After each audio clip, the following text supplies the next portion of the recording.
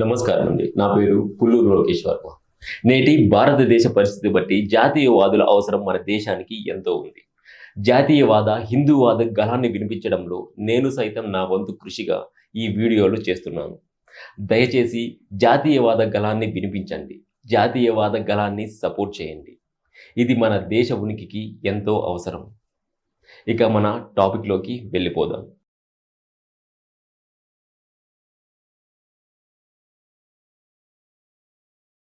సరిహద్దుల్లో శత్రువులు విసిరే తూటా కంటే మేధావి ముసుగులో సొంత దేశంపై విసిరే అక్షరం అత్యంత ప్రమాదకరమైంది. సాహిత్యం అనే రంగుల దుస్తులు ధరించి మానవత్వం అనే ముసుగు వేసుకొని అఖండ భారత అస్తిత్వాన్ని ముక్కలు చేయాలని చూస్తున్న ఒక విచ్ఛిన్నకర గొంతు గురించి నేడు మనం విశ్లేషించబోతున్నాం. ప్రపంచ వేదికపై భారత సార్వభౌమత్వాన్ని వేలం వేస్తూ ఉగ్రవాదుల రక్తపాతంలో విప్లవ గీతాలను వెతుక్కునే ఒక మనస్తత్వం వెనుక ఉన్న చీకటి కోణం ఏంటి? ఒక రచయిత్రిగా గుర్తింపు పొంది అదే గుర్తింపును దేశ వ్యతిరేక శక్తులకు కవచంలా ఎలా మార్చారు? ఆమె మాటల్లో మృదుత్వం వెనుక ఉన్న విద్వేషం, ఆమె రచనల్లో అందమైన పదజాలం వెనుక ఉన్న భారత్ వ్యతిరేక కుట్రను అర్థం చేసుకోవాలంటే మనం ఆమె వ్యక్తిగత గాయాల నుండి ఆమె చేస్తున్న మేధో ఉగ్రవాదం వరకు ప్రతి అడుగును నిశితంగా పరిశీలించాల్సిందే. ఇది కేవలం ఒక వ్యక్తి గురించి విశ్లేషణ కాదు, దేశం ఎదుర్కొంటున్న ఒక అర్బన్ నక్సల్ సిద్ధాంతంపై జరుగుతున్న యుద్ధం. అసలు అర్బన్ నక్సలిజం అంటే ఏంటో మనం ఇప్పుడు తెలుసుకుందాం. అర్బన్ నక్సల్స్ అంటే అడవుల్లో తుపాకులు పట్టుకు తిరిగేవారు కాదు. నగరాల్లో మేధావులు ముసుగు వేసుకొని దేశంపై విషం చిమ్మే అదృశ్యకర శత్రువులు వీరు. వీరు యూనివర్సిటీల్లో ప్రొఫెసర్లుగా, జర్నలిస్టులుగా, న్యాయవాదులుగా చలామణి అవుతూ మన ధర్మాన్ని, మన సంస్కృతిని లోపలే తొలుచుకు తినే చెదపురుగులు వీళ్ళు. దేశాభివృద్ధిని అడ్డుకోవడానికి, సమాజంలో అశాంతిని రేకెత్తించడానికి విదేశీ శక్తుల నుంచి కోట్లాది రూపాయల నిధులను అందుకుంటూ భారత్ను బలహీనపరిచే అంతర్జాతీయ కుట్రలో భాగస్వాములవుతున్నారు. ఆ విదేశీ నిధుల అండతోనే దేశాన్ని ముక్కలు చేయాలనే శక్తులకు మేధోపరమైన మద్దతు ఇస్తూ, దేశభక్తులను నేరస్తులుగా చిత్రీకరిస్తూ, అక్రమ వలసదారులకు కొమ్ము కాసేలా వ్యవస్థను ప్రభావితం చేయడమే వీరి పని. వీరు చేసేది రక్తపాతం లేని యుద్ధం, కానీ అది దేశ భద్రతకు అత్యంత ప్రమాదకరం.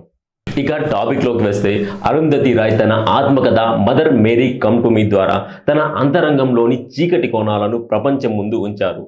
బాధ్యత లేని తండ్రి, నిరంతరం హింసించే తల్లి, ఈ ఇద్దరి నీడలు చితికిపోయిన ఆమె బాల్యం ఒక మానసిక యుద్ధక్షేత్రం. ఆనాడు తన ఇంట్లో అనుభవించిన అభద్రతా భావాన్ని నేడు ఆమె భారత సార్వభౌమత్వానికి ఆపాదిస్తున్నారు. తన వ్యక్తిగత జీవితంలోని గాయాల వల్ల ఏర్పడిన విద్వేషాన్ని నేడు సురక్షితంగా ఉన్న భారతంపై, ఈ దేశ అస్తిత్వాన్ని కాపాడుతున్న హిందువులపై చిమ్ముతున్నారు. భద్రత లేని చోట నేను భద్రత సృష్టిస్తాను అన్న ఆమె మాటల వెనుక ఉన్న అసలు అర్థం ప్రశాంతంగా ఉన్న భారతావనిలో అశాంతిని రగల్చడం మాత్రమే. ఆమె దృష్టిలో భారతదేశం ఒక క్రూరమైన తల్లి లాంటిది.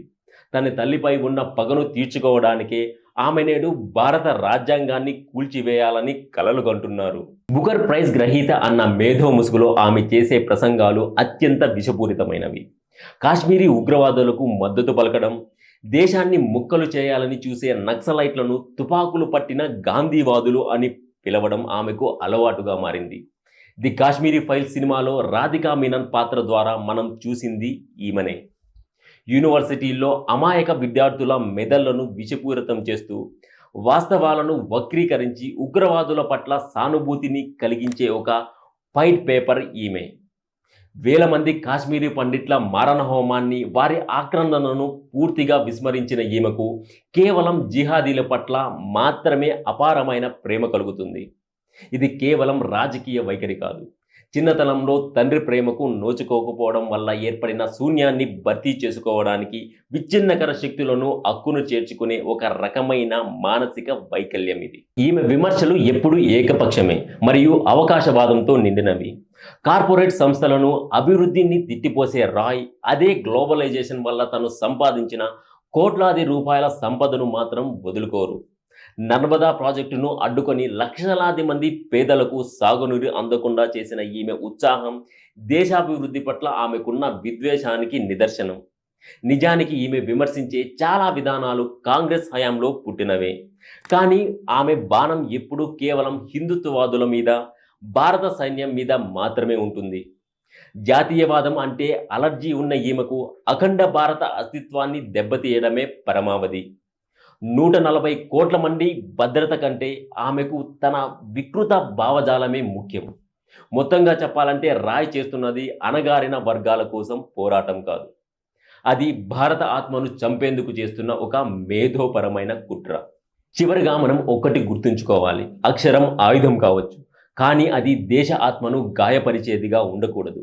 అరుంధతి రాయ్ లాంటి వ్యక్తులు తమ వ్యక్తిగత వైఫల్యాలను, మానసిక గాయాలను దేశంపై రుద్దాలని చూస్తున్నారు. భావ ప్రకటన స్వేచ్ఛ అంటే దేశ విచ్ఛిన్నానికి లైసెన్స్ తీసుకోవడం కాదు.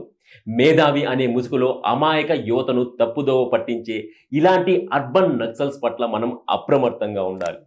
ఆమె పోరాటం అణగారిన వర్గాల కోసం కాదు. అది అఖండ భారత సమగ్రతను దెబ్బతీసేందుకు పశ్చిమ దేశాల చేతిలో పావుగా మారిన ఒక ఎజెండా మాత్రమే.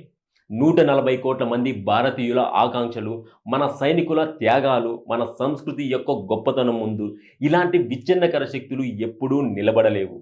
సత్యం వైపు, ధర్మం వైపు, భారత మాత సార్వభౌమత్వం వైపు నిలబడటమే ప్రతి భారతీయుడి బాధ్యత. దేశద్రోహపు అక్షరాల కంటే దేశభక్తి గల మౌనమే మిన్న. కానీ ఆ మౌనం కూడా అన్యాయాన్ని ప్రశ్నించే గలం అవ్వాలి. ఈ వీడియో మీద మీ అభిప్రాయాలను కామెంట్ రూపంలో తెలియజేయండి.